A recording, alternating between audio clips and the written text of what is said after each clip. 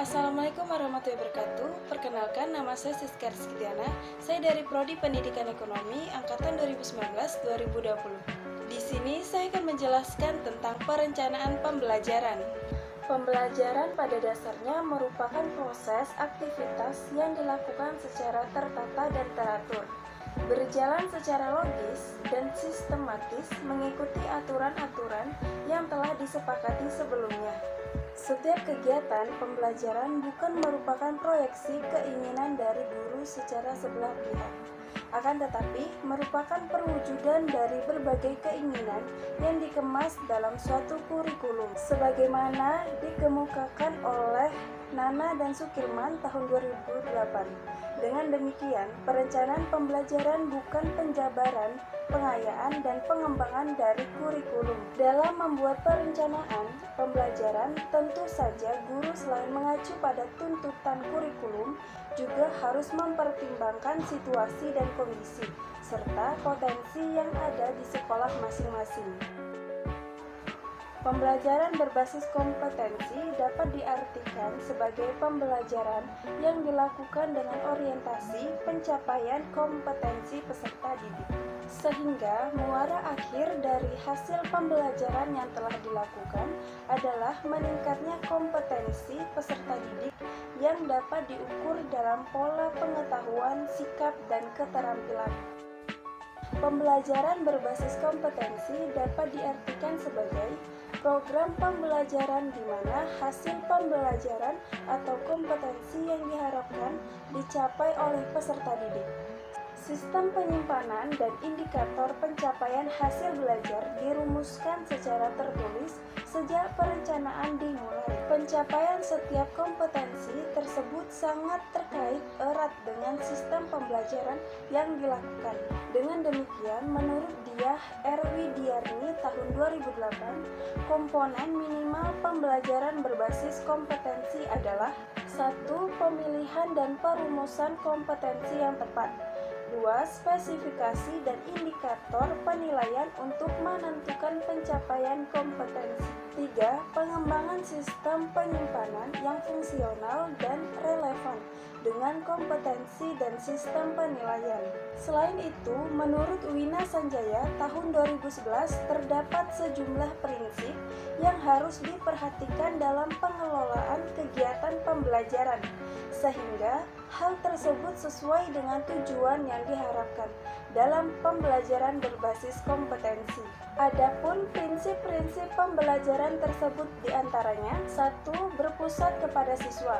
2. Belajar dengan melakukan. 3. Mengembangkan kemampuan sosial. 4. Mengembangkan keingintahuan, imajinasi, dan fitrah. 5. Pengembangan keterampilan pemecahan masalah. 6. Mengembangkan kreativitas siswa. 7.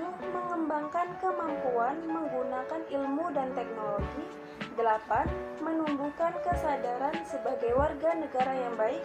9. Belajar sepanjang hayat.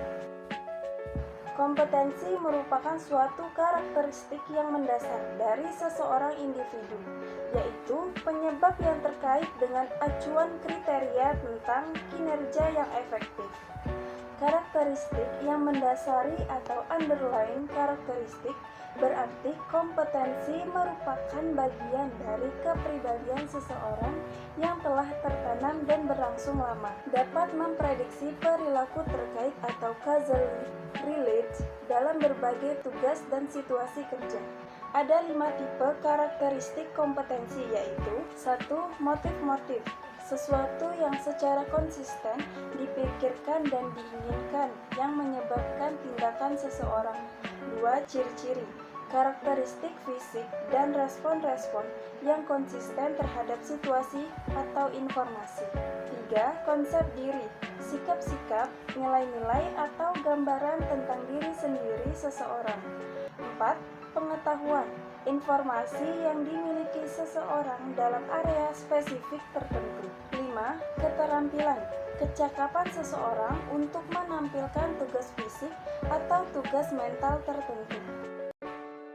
Karakteristik berasal dari kata karakter yang berarti tabiat watak. pembawaan atau kebiasaan yang dimiliki oleh individu yang relatif tetap. Kata karakter tersebut berasal dari bahasa Inggris. Karakter bermakna hampir sama dengan sifat, perilaku, akhlak, watak, tabiat, dan budi pekerti. Sedangkan menurut Ron Curtis, karakter adalah satu set tingkah laku atau perilaku atau behavior dari seseorang, sehingga dari perilakunya tersebut orang akan mengenalnya ia seperti apa. Menurutnya, karakter akan menentukan kemampuan seseorang untuk mencapai cita-citanya dengan efektif. Kemampuan untuk berlaku jujur dan berterus terang kepada orang lain, serta kemampuan untuk taat terhadap tata tertib dan aturan yang ada. Jika dikaitkan pengertian karakteristik dengan pengertian peserta didik, maka dapat disimpulkan bahwa karakteristik peserta didik adalah aspek-aspek atau kualitas perseorangan siswa yang terdiri dari minat, sikap, motivasi belajar, gaya belajar, kemampuan berpikir, dan kemampuan awal yang dimiliki. Atau dapat juga disimpulkan bahwa karakteristik peserta didik adalah keseluruhan pola kelakuan dan kemampuan yang ada pada siswa sebagai hasil dari pembawaan dari lingkungan sosialnya, sehingga menentukan pola aktivitas dalam meraih cita-citanya.